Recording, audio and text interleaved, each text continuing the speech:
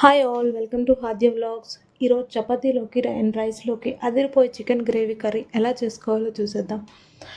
ముందుగా half KG chicken తీసుకొని నీట్గా వాష్ చేసుకొని పక్కన పెట్టుకోవాలి. మసాలా గ్రేవీ కోసం 2 పెద్ద సైజు ఆనియన్స్ తీసుకొని కట్ చేసుకోవాలి. ఒక టమాటాని కూడా కట్ చేసుకొని ఆనియన్స్ అండ్ టమాటా ముక్కలను మిక్సీ జార్లో వేసుకొని ఇందులోనే 5 జీడిపప్పులు, 1 spoon watermelon seeds, half spoon జీలకర్ర, హాఫ్ స్పూన్ ధనియాలు వేసి మెత్తని పేస్ట్ చేసుకోవాలి. ఇప్పుడు స్టవ్ ఆన్ చేసి కడాయి పెట్టుకొని 4 స్పూన్లు ఆయిల్ వేసుకోవాలి. ఆయిల్ కొంచెం హీట్ అయ్యాక 2 రెబ్బలు కరివేపాకు, 2 పచ్చిమిర్చి కట్ చేసినవి వేసుకొని కొంచెం వేగనివ్వాలి. ఇవి కొంచెం వేగాక ముందుగా తయారు చేసుకున్న పేస్ట్ని వేసి పేస్ట్ అడుగంటకుండా కలుపుతూ వేగనివ్వాలి.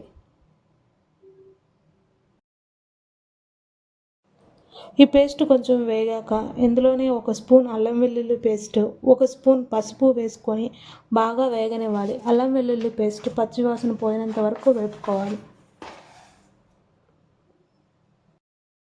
ఇప్పుడు ఇందులో ముందుగా వాష్ చేసి పెట్టుకున్న చికెన్ వేసి బాగా కలుపుకొని మూత పెట్టుకొని కాసేపు మగ్గనివ్వాలి. చికెన్లో ఉన్న వాటర్ అంతా పోయే వరకు వేపుకోవాలి. ఇలా వేగాక 2 స్పూన్ల కారం, టేస్ట్కి సరిపడా సాల్ట్ వేసుకొని కొంచెం వేగాక 1 గ్లాస్ హాట్ వాటర్ వేసుకోవాలి.